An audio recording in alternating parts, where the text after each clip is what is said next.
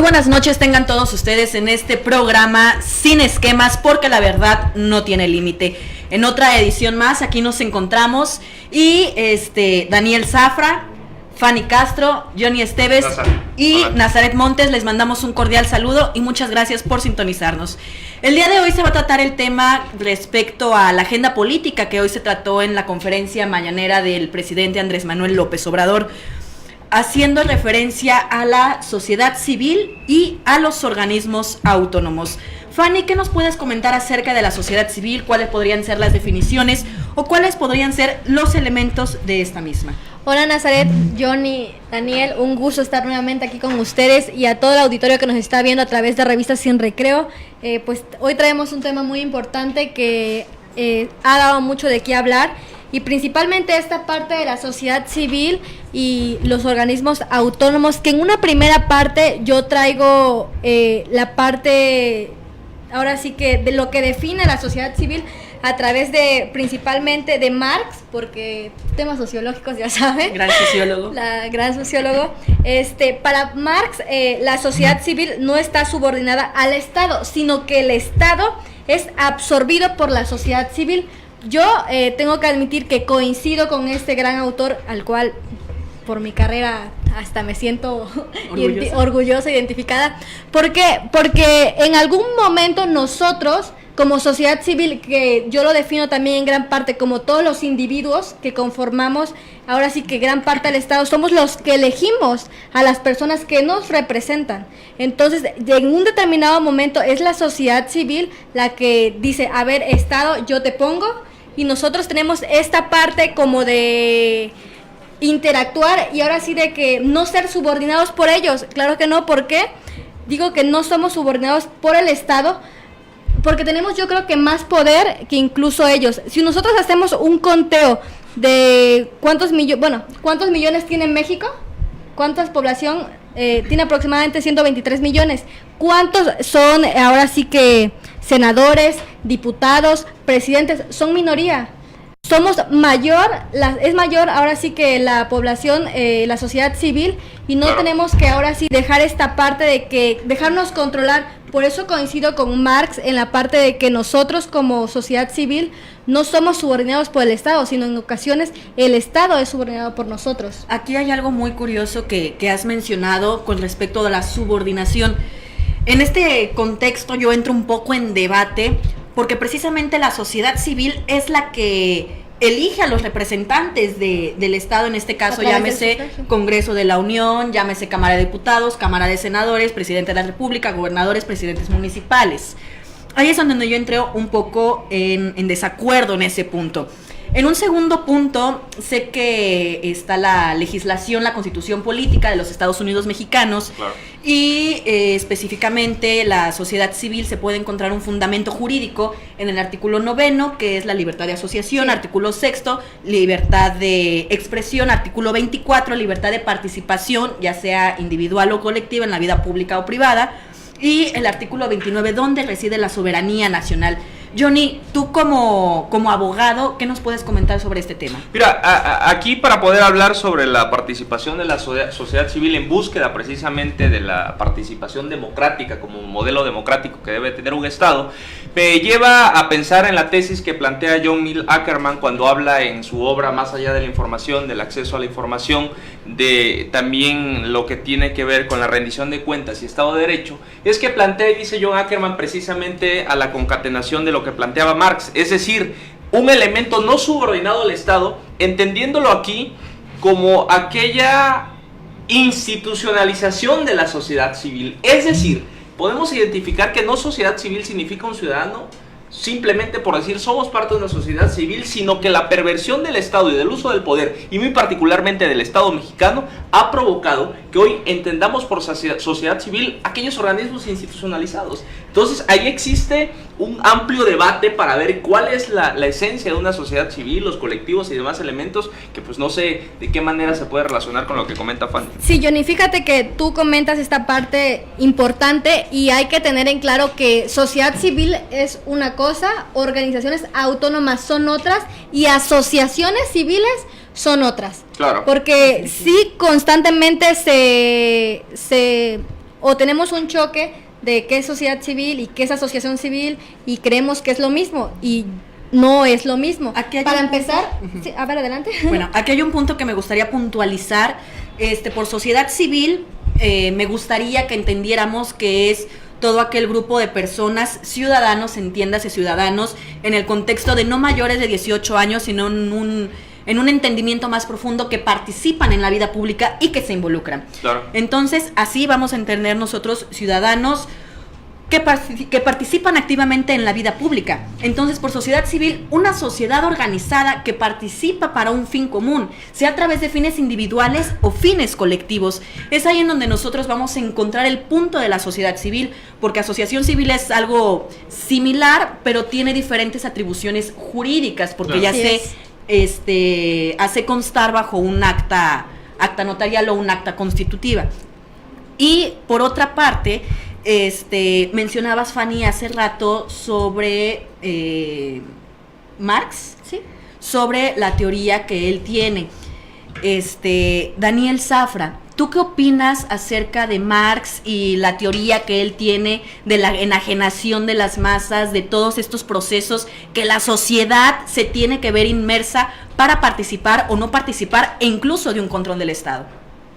Pues realmente lo que el sociólogo Marx representaba ahí era más un mundo que no hubiera clase, que no existía la clase social, ¿no?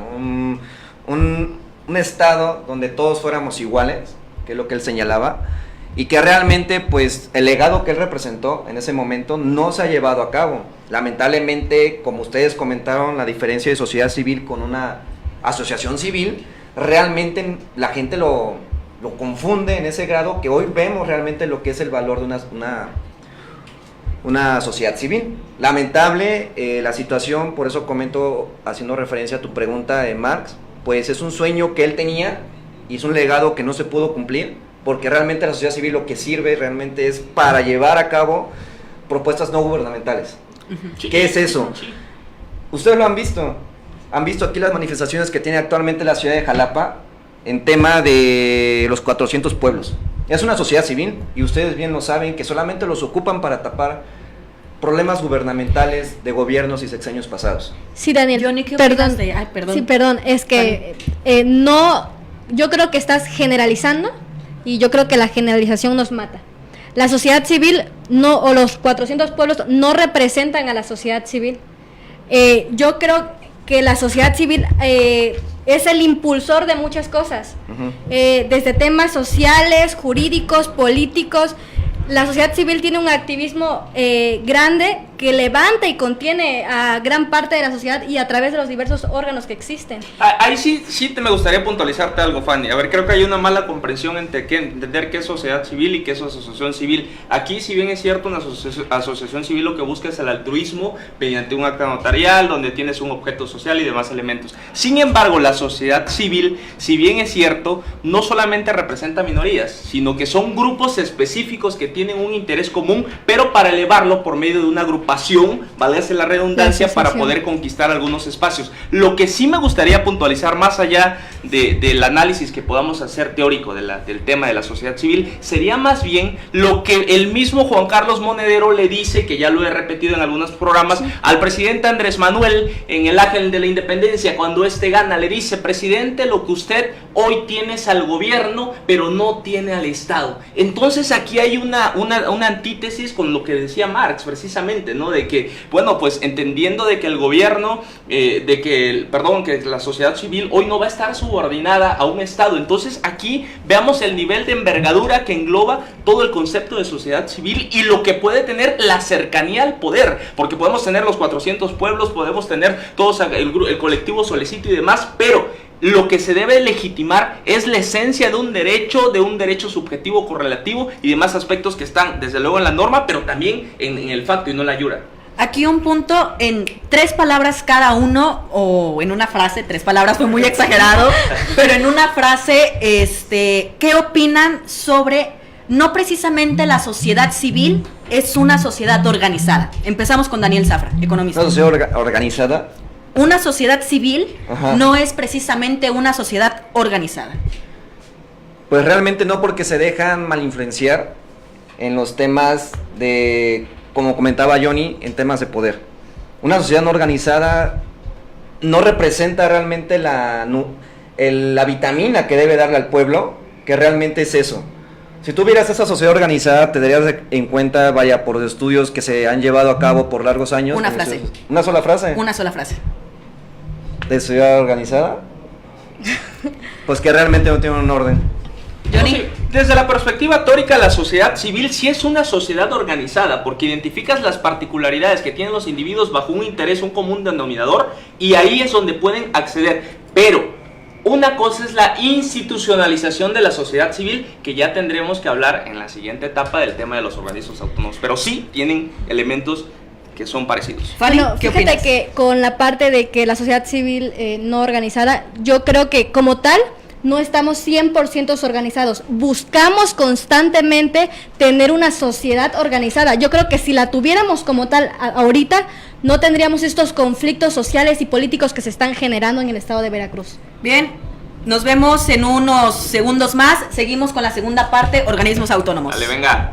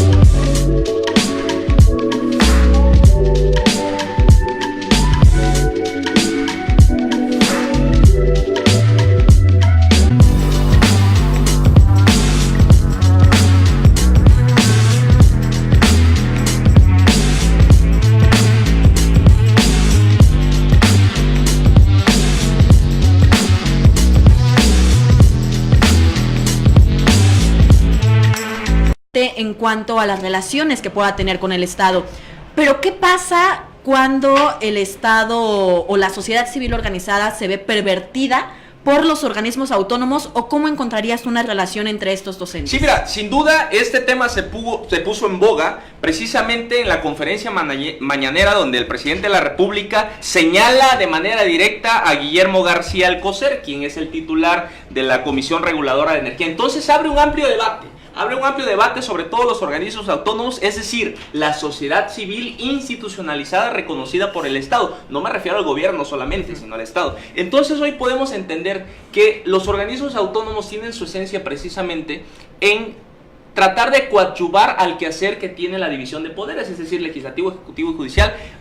Coadyuvar y manifestar de manera detallada y técnica algunas especialidades y funciones. Algo que me llega a pensar, por ejemplo, lo que establece Susana Pedrosa, académica de la Universidad Nacional Autónoma de México en Derecho. Ella dice, bueno, precisamente para poder identificar las formas de autonomía o la funcionalidad de la autonomía, radica esencialmente en eso, en territorio y lo que tiene que ver con la misma función propia de algún instituto. Entonces, bajo este precepto, podemos identificar ahora bien que los organismos autónomos llevan una buena intención en su origen, pero cuando ya se logran institucionalizar, partiendo que la autonomía emana precisamente, hasta aquí te traje la raíz griega, de autu y buyo, es decir, mismo ley, es decir, crea la misma ley para no verse subordinado bajo otro orden.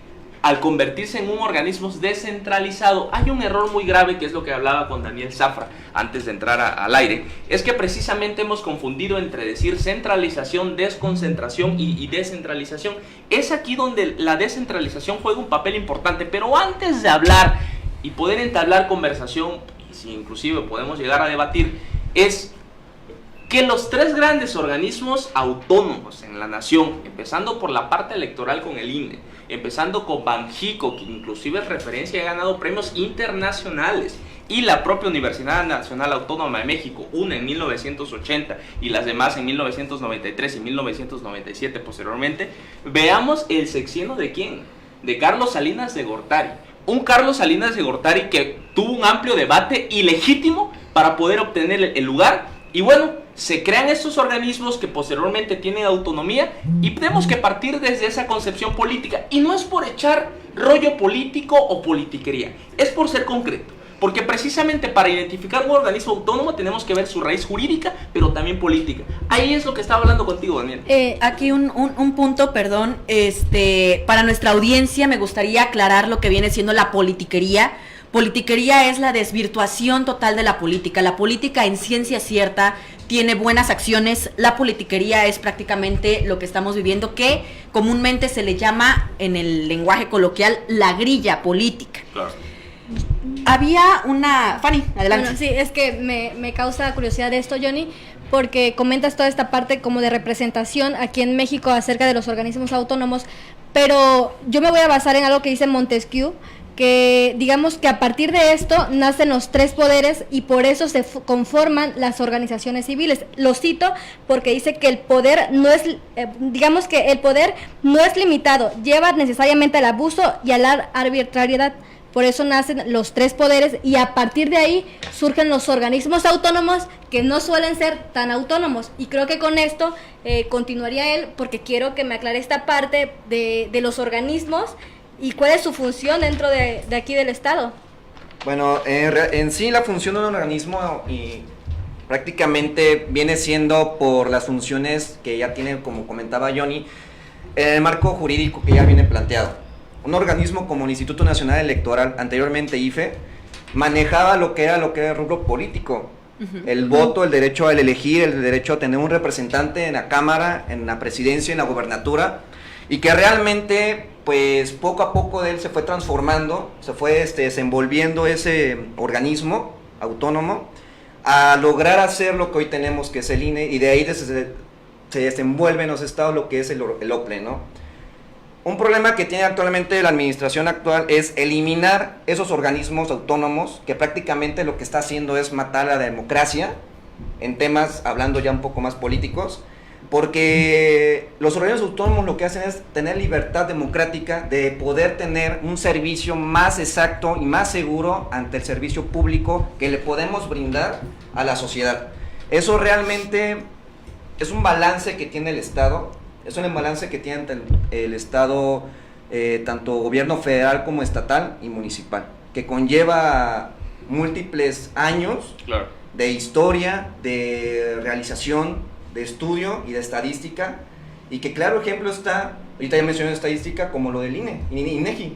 Sí. O sea, realmente... Ahí nada más quiero dejar un mensaje muy claro en relación a lo que comentaste, Fanny, con el tema de Montesquieu en el espíritu de las leyes. Sí, efectivamente se trataba de ver la división de poderes para no monopolizar el poder por parte de un ente. Sin embargo, que también tiene relación con la Convención de Virginia, la Constitución de Estados Unidos, la Declaración de la Revolución Francesa y demás, pero un elemento que ha abierto el debate es precisamente que un organismo autónomo tiene la finalidad de especializar, agilizar y transparentar procesos de carácter administrativo y jurídico que permita al Estado brindar las herramientas para actuar en la sociedad. Sin embargo, ¿por qué Andrés Manuel López Obrador señala tajantemente a la Comisión Reguladora de Energía, señala tajantemente al INE? ¿Por qué? Espérame tantito, deje y termino. Dice, porque la designación de titulares y consejeros están basadas en una cuota partidista, sí. Es decir, el sistema político de Daniel Cosío Villegas, pero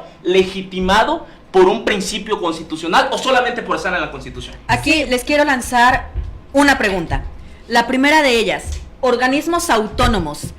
Pregunta, ¿sí o no? ¿Deben prevalecer? ¿Sí o no? Segunda pregunta, organismos autónomos. En el dado caso que la respuesta sea sí, deben prevalecer, ¿qué les cambiarían? ¿Qué reformas aplicarían? En un contexto muy pequeño, rapidísimo. Empezamos con Johnny. Sí, claro, mira, definitivamente mi respuesta rotunda es sí deben de seguir. ¿Por qué? Porque permiten la agilización técnica y la especialización en funciones y demás aspectos. Sí, ¿y de qué manera podríamos mejorarlos? Déjame recordarte, por ejemplo, Francia tiene una Corte de las Cuentas. ¿A qué me refiero con eso? Es quien fiscaliza al Poder Judicial. En México solamente tenemos una fiscalización por una Auditoría Superior de la Federación para la Cámara de Senadores, por ejemplo, y una Secretaría de la Función Pública del Poder Ejecutivo, y a nivel Veracruz tenemos a un ORFIS y tenemos a una Contraloría General. Nadie fiscaliza al Poder Judicial, que es catalogado como el más corrupto. Entonces, si no se fiscaliza o no se lleva una evaluación de la división de poderes de Montesquieu, que citaba Fanny, ¿cómo explicamos que haya alguien que fiscaliza los órganos autónomos? Entonces se tiene que crear un árbitro.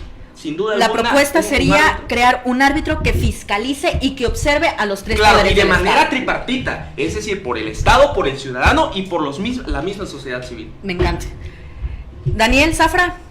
Pues igual estoy a favor de que los organismos permanezcan, que realmente son la fuerza del Estado, como comentaba Johnny, es una fuerza muy fuerte y que realmente sería ilógico quitar a los organismos autónomos de un Estado.